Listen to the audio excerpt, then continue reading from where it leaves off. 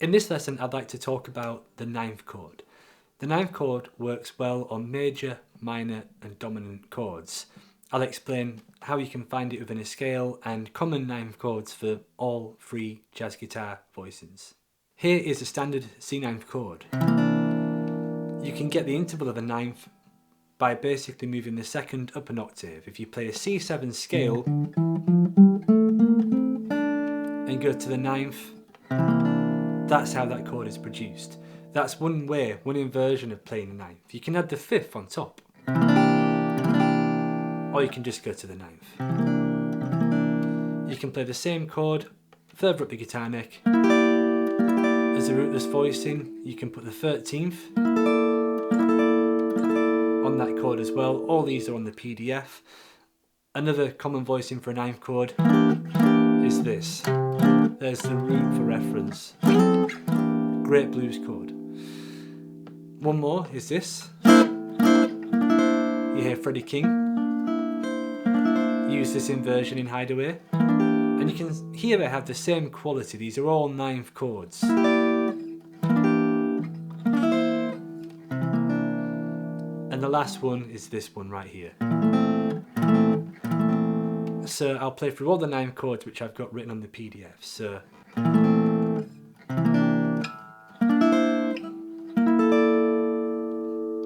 and that will cover, as you can see, quite a lot of the fingerboard right there. You've got this inversion down here, this one, this is kind of in the middle, this is further up the guitar neck, and of course you could play this one 12 frets higher too. So those are all dominant 9th chords which are worth learning in all 12 keys. You could start, if you really want, if you're kind of more new to this, I would probably just start with this one. If that's unfamiliar, start with this one which has the root on the 5th string, and then this one which has the root on the 6th string. Can be a bit of a handful to get that. You could play it as a rootless voicing if you prefer. And then once you've got those, if you're looking to kind of cover the totality of the fingerboard, these ones are well worth learning too. Okay, but depends what level you're at. So the next type of chord which I'd like to look at the 9th extension for is a C minor chord, and we're just going to use a C Dorian scale. Minor jazz harmony can come from different scales, but just to keep things simple, we'll take it from a Dorian scale and go to the 9th of the chord, and then I'll play that grip there for a minor 7th chord. Root, flat 3, flat 7, 9. And that gives us our first voicing. Now, you could think of that as being root on 5. Root on 6 would be that chord voicing. And there are amendments that you can make to each of those. So for example, that chord voicing right there, you could add maybe the 13th underneath the 9th. Another one is to add the 7th there. You've still got the 9th on top. I'm losing the root here. More of a modern sound if I play that like in the key of A.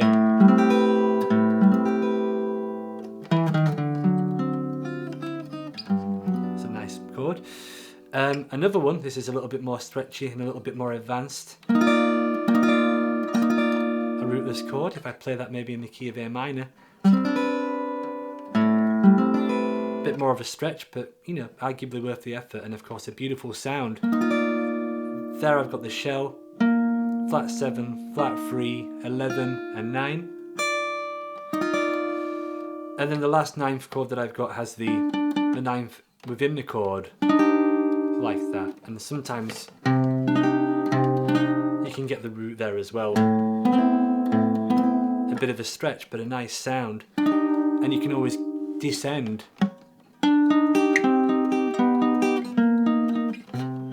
Like that. When you've got the 9th inside the chord like that.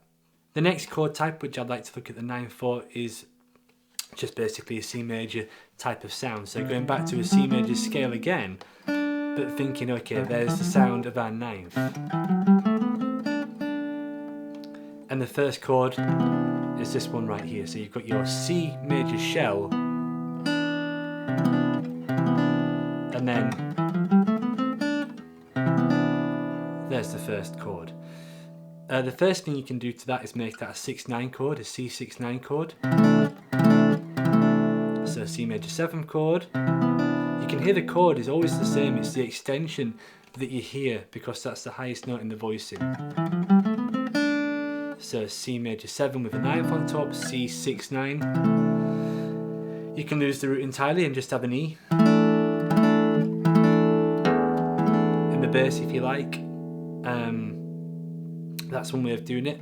And then the good thing about the 6/9 chord is it's a very movable shape. So that chord can be moved to 7th position. You can throw the C in the bass. You get that sound. You can lose the root again, appear 2. So those are like the same shapes, right?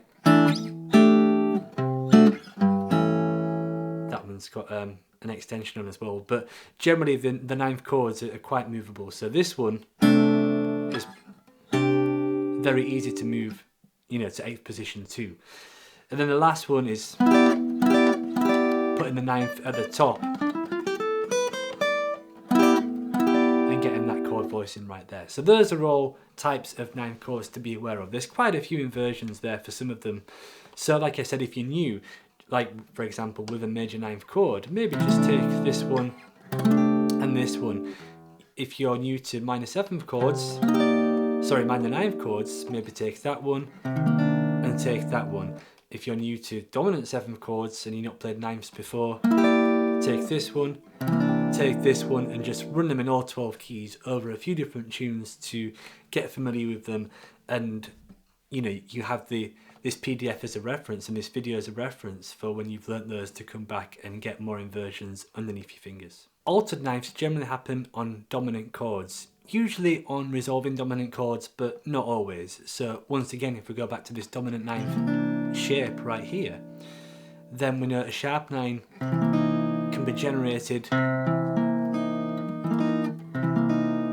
like that by putting the E flat there. You've got a major 3rd as well. So if you play those together, it sounds very dissonant, but in the context of the chord, sounds pretty good to me. So you can go natural 9, sharp 9, back to natural 9 again, and you can also go to flat 9 too. I'm kind of barring down there to get those notes and then building the chord around that.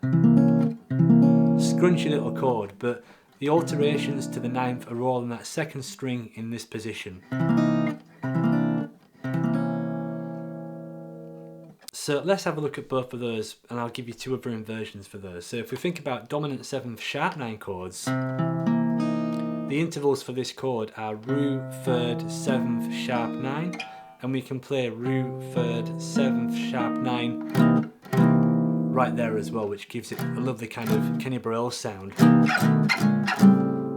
So there's the same, exactly the same notes, but on a lower string set.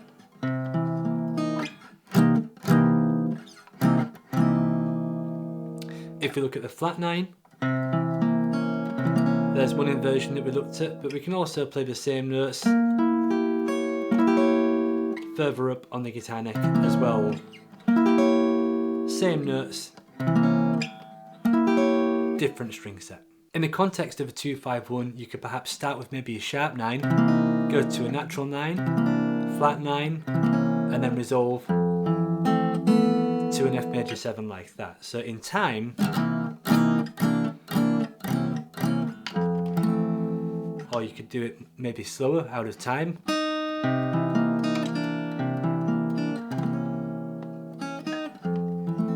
That time I went flat 9 to sharp 9, then resolved.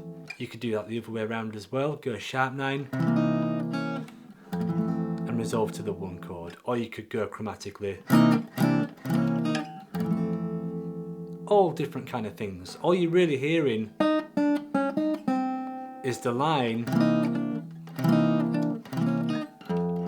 and you're just harmonising that with the chords. The last chord trick that I'd like to give you on dominant 7th sharp 9s is this kind of thing that you can do to move them up in minor 3rds.